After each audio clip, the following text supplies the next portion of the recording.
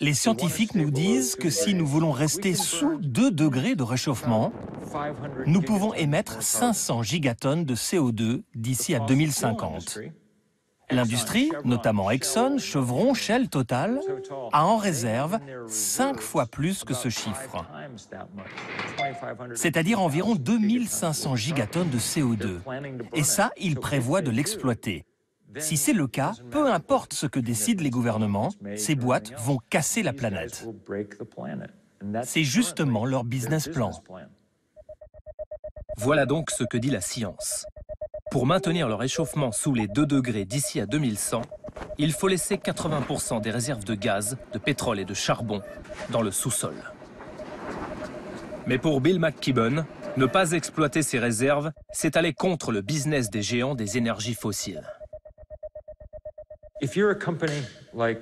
Quand vous êtes Exxon ou Total, vous avez peu d'actifs.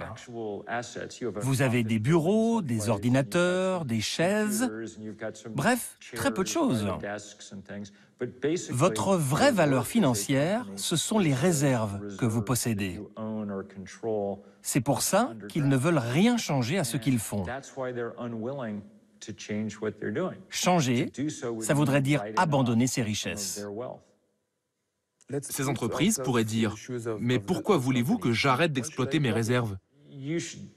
Ils doivent les délaisser. Parce que s'ils les exploitent, ils cassent la planète. Tout simplement. Il n'y a rien de controversé là-dedans, rien d'obscur, de mystérieux. Si l'industrie des énergies fossiles brûle toutes ses réserves, la planète est foutue. Point final. Aucun mystère. Qui sont ces entreprises qui ont en réserve suffisamment de CO2 pour réchauffer la planète au-delà de 2 degrés? En 2011, une étude de référence réalisée par un cabinet londonien les a classées selon la quantité de CO2 détenue dans leurs réserves. La liste rassemble 200 entreprises privées.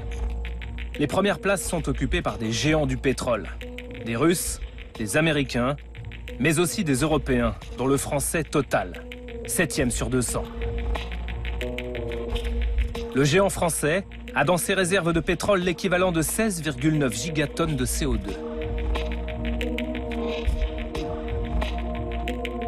Que va faire Total avec toutes ces réserves? Suivre ce que dit la science et ne pas les exploiter? La réponse est en partie dans la dernière pub de Total. Le message est clair. Ni la pluie, ni la neige,